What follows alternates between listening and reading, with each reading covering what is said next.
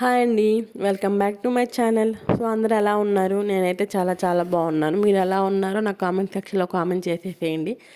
ఇవాళ cooking video ఏంటంటే బీరకాయ పాల కర్రీ అండి. చాలా అంటే చాలా చాలా టేస్టీగా ఉండిద్ది. ఒకసారి ట్రై చేసేయండి. సో ఇప్పుడు ప్రాసెస్ ఏందో మనం చూసేద్దాము. నేను ముందుగానే కట్ చేసి పక్కన పెట్టుకున్నానండి. 2 బీరకాయలు, 1 ఉల్లిపాయ అండ్ 2 రెమ్మల కరివేపాకు అయితే నేను కట్ చేసి పక్కన పెట్టుకున్నాను. దీనికి ఇంకా అవితో పాటు తెరమాత గింజలు, అల్లం వెల్లుల్లి పేస్ట్ అండ్ పాలు కావాలి. నా దగ్గర పాలు అండ్ అల్లం వెల్లుల్లి పేస్ట్ ఇది క్లిప్ అయితే మిస్ అయిందండి. సో ఒక బాండి పెట్టేసుకొని దానికి మన కర్రీకి సరిపడినంత ఆయిల్ వేసేసుకుందాము. సో తర్వాత ఆయిల్ కూడా హీట్ అయ్యాక తెరమాత గింజలన్నీ వేసుకుందాము. నేనైతే అన్ని డీటెయిల్స్కి ఏం చెప్పట్లేదండి, ఎందుకంటే మనం రెగ్యులర్గా యూజ్ చేస్తాం కదా. సో అవే తెరమాత గింజలు.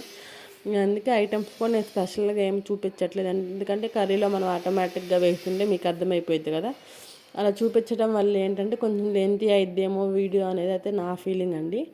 సో కొంతమంది చూపిస్తారు, అది వాళ్ళ ఇష్టం. నాకు కొంచెం లెంతీ అయితేమో చూపిస్తే మొత్తం మనం కర్రీలో వేస్తుంటే మీకు అర్థమైంది కదా అన్నది అయితే నా ఇంటెన్షన్. సో మీకు ఎలా కావాలంటే నాకు కామెంట్ సెక్షన్లో కామెంట్ చేయండి, అలానే చూపిస్తాను నేనైతే నెక్స్ట్ టైం నుంచి. సో అవి ఫ్రై అయ్యాక మనం ఇందాక కట్ చేసి పక్కన పెట్టుకున్న ఉల్లిపాయలు, కరివేపాకు వేసుకుందాము. అవి లైట్గా ఫ్రై అయ్యాక పసుపు కూడా వేసేసుకుందాము. పక్కన నాయిస్ అయితే కొంచెం ఇగ్నోర్ చేసేయండి, ఇంటి పక్కన కొంచెం ఏదో వర్క్ జరుగుతుంది. సో ఆ నాయిస్ అయితే వస్తుందన్నమాట. సో ఉల్లిపాయలు 50 to 60% కుక్ అయ్యాక ఇప్పుడు అల్లం వెల్లుల్లి పేస్ట్ వేసేసుకుందామండి. అల్లం వెల్లుల్లి పేస్ట్ వేసినాక మనం కంటిన్యూస్గా మిక్స్ చేస్తూనే ఉండాలి, ఎందుకంటే అడుగు పట్టేస్తుంది కదా, టేస్ట్ అంతా మారిపోతుంది. సో అందుకని కంటిన్యూస్గా మిక్స్ చేస్తూనే ఉండాలి. సో అల్లం వెల్లుల్లి పేస్ట్ కూడా పచ్చివాసన పోయిన తర్వాత మనం ఇందాక కట్ చేసి పక్కన పెట్టుకున్న బీరకాయ ముక్కలు అయితే వేసేద్దాము. సో చాలామంది వీడియోస్ చూస్తున్నా కానీ సబ్స్క్రైబ్ చేసుకోవట్లేదని, ప్లీజ్ సబ్స్క్రైబ్ చేసుకోండి. పక్కనున్న బెల్ ఐకాన్ కూడా క్లిక్ చేసి నేను ప్రతి వీడియో నోటిఫికేషన్ అయితే మీ మొబైల్కి వస్తుంది. సో మీరు మిస్ కాకుండా నా వీడియోస్ అన్ని చూడొచ్చు. సో ఇంక మీకు ఎలాంటి వీడియోస్ కావాలో కూడా నా కామెంట్ సెక్షన్లో కామెంట్ చేయండి. ఎలాంటి వీడియోస్ అయినా నేనైతే చేయడానికి ట్రై చేస్తాను. కొంచెం చిన్న బాబు ఉన్నాడు కదా, దాంతో కొంచెం టైమింగ్ సెట్ అవ్వట్లేదు అనమాట.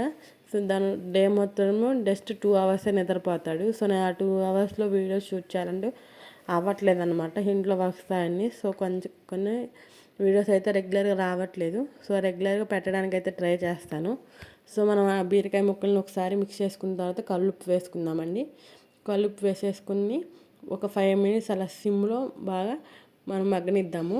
సో ఇలా మగ్గనియటం వల్ల ఏంటంటే దాంట్లో అంటే వాటర్ వస్తుంది కదా.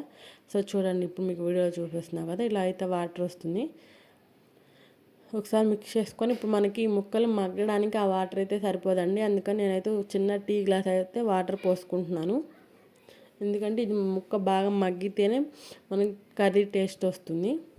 ఒకసారి వాటర్ పోసాక మళ్ళీ ఒకసారి మిక్స్ చేసుకొని ఒక 5 to 10 minutes మనం మళ్ళీ మూత పెట్టుకొని మగ్గబెట్టుకుందాము. మధ్య మధ్యలో ఒకసారి మిక్స్ చేసుకుంటుండండి. వాటర్ మళ్ళీ అయిపోయింది అనుకుంటే అడుగు పట్టేస్తుంది కదా. సో మధ్య మధ్యలో ఒకసారి మిక్స్ చేసేసుకోండి.